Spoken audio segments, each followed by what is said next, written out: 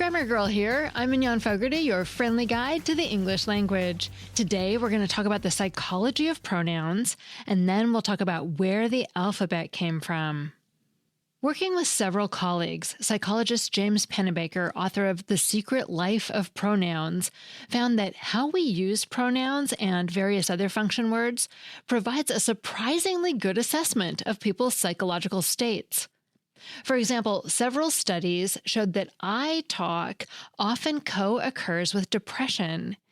In examining essays written by college students, Rude, Gortner, and Pennebaker found that depressed students used more I words than non-depressed students. And in a study looking at the poetry of poets who committed suicide compared to non-suicidal poets, Sturman and Pennebaker also found higher rates of I words, which the researchers suggest shows that these poets were more intensely inward or self-focused.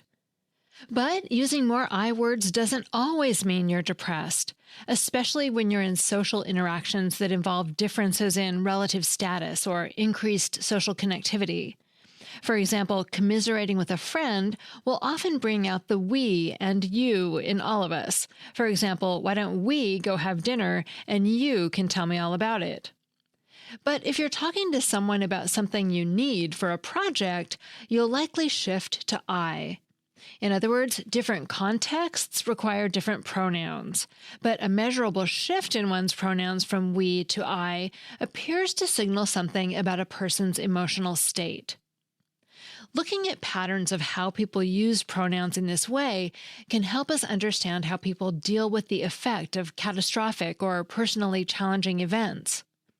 For example, by looking at how people used pronouns differently after the 9/11 attacks in both conversational data and internet chats and posts, researchers discovered that there was a notable decrease in the use of I pronouns and a corresponding increase in the use of we pronouns, mirroring the sense of belonging and shared emotional experience that the attack inspired.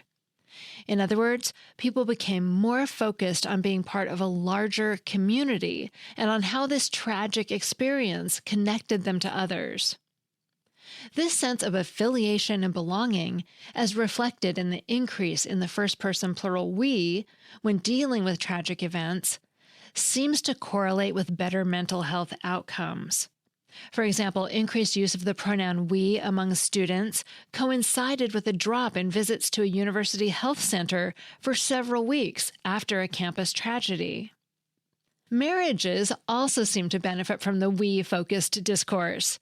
Studies of marital satisfaction show that couples who use more second-person plural pronouns like we or us report greater satisfaction than couples who use more I words. This isn't surprising if we think of we as reflecting a view of ourselves as part of a team rather than as individuals. But in a romantic breakup or a personally stressful time, a shift to using the more self-focused I pronoun appears to help people situate themselves relative to the breakup or stressor. When a destabilizing event occurs, whether in your romantic or professional life, an increase in the use of I seems to track with processing the event and shifting your identity. Research on private accounts of romantic breakups found that the use of other-focused pronouns, like the third-person pronouns she and he, increases. And this isn't so surprising. After all, when we break up with someone, the relationship narrative is usually focused on how the individual, how I, felt, acted, or moved on in post-breakup accounts, at least in private reflections on the breakup. And rather than signaling that you are moving on, the same study suggested that using more we pronouns after a breakup might indicate difficulty in adjusting to the end of a relationship. So the pronouns I and we are quietly working for us behind the scenes. Shifts in an individual's pronoun use over time appear to be a good indicator of emotional health, community connectedness, and relationship status. So in the end, what at first might seem like innocuous little words deserve a little more attention. As Taylor Swift so eloquently shares in her song Me, You can't spell awesome without me, but maybe it would be better to recognize that there is also a we. That segment was written by Valerie Friedland, a professor of linguistics at the University of Nevada in Reno, and the author of Like Literally Dude, Arguing for the Good in Bad English. You can find her at valeriefriedland.com.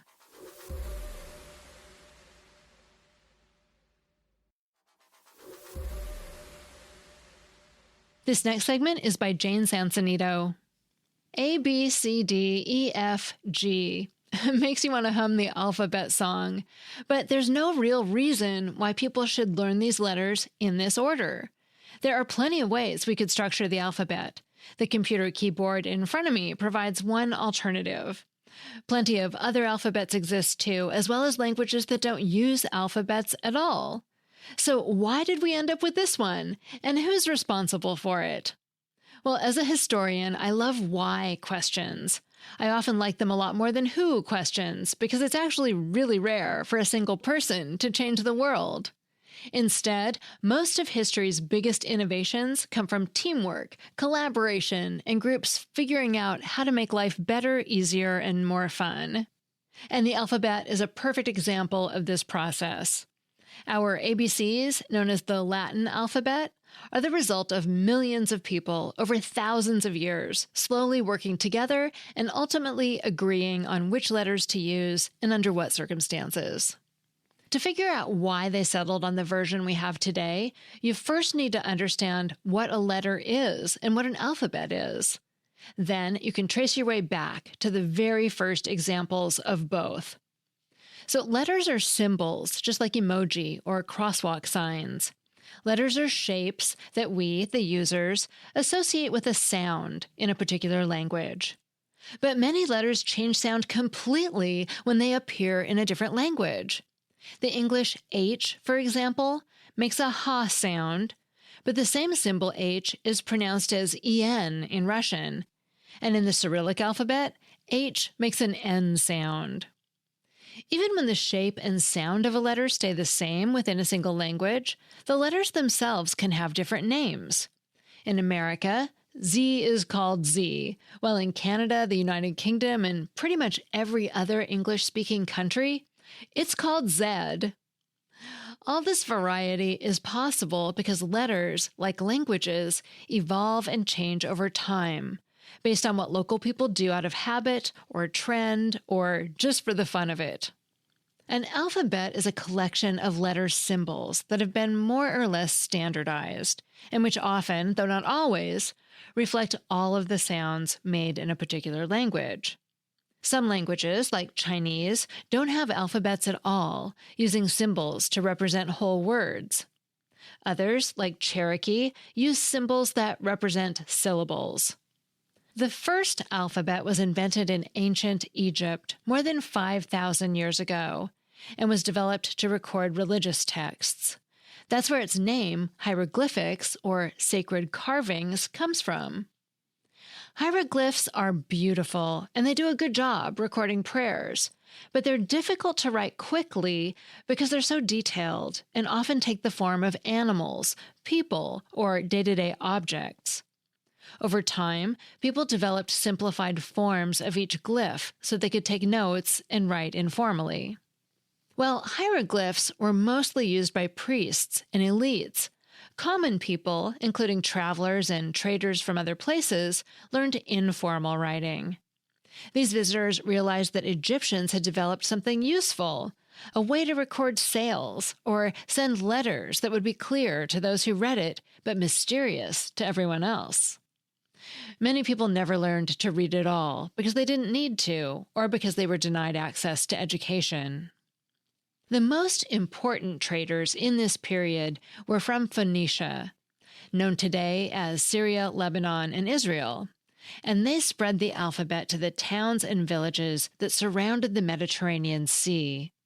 The Phoenicians established alphabetical order to make it easier to learn and share with others. But the Phoenicians and Egyptians only used consonants. Eventually, as people began to write more and more words needed to be created to describe different things, the Greeks adopted vowels.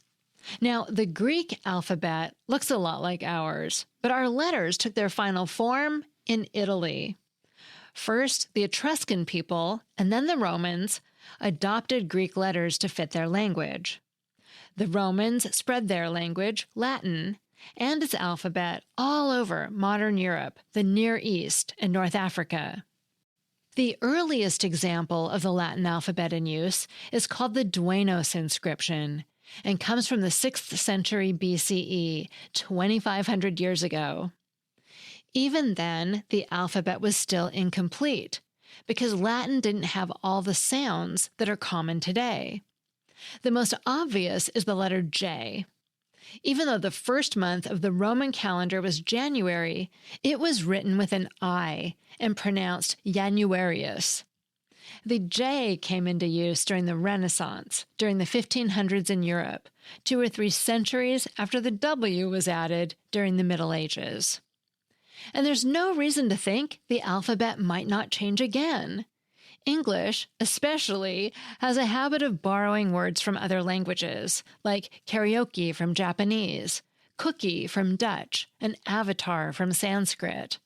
Maybe, because of this borrowing, we might eventually need to add new symbols to our alphabet. In short, as the world grows more connected, the alphabet may have to adapt. It won't be the first time. That segment was by Jane Sansonito, an assistant professor of history at UMass Lowell. It originally appeared in The Conversation and appears here through a Creative Commons license.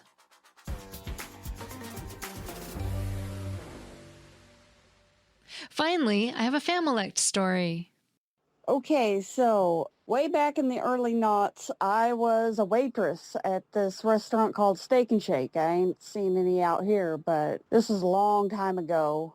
And I walked up to a table that was about to go, and I very confidently asked them, Tabagogox?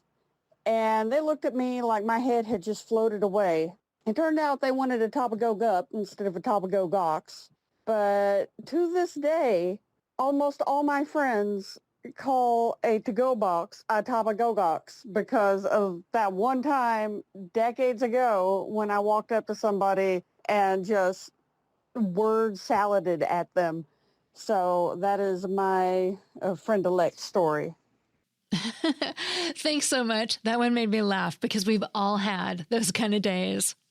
If you want to share the story of your Familect, a word or phrase that you use only with your friends or family, leave a message on the voicemail line at 833-214-GIRL or leave a voice message on WhatsApp.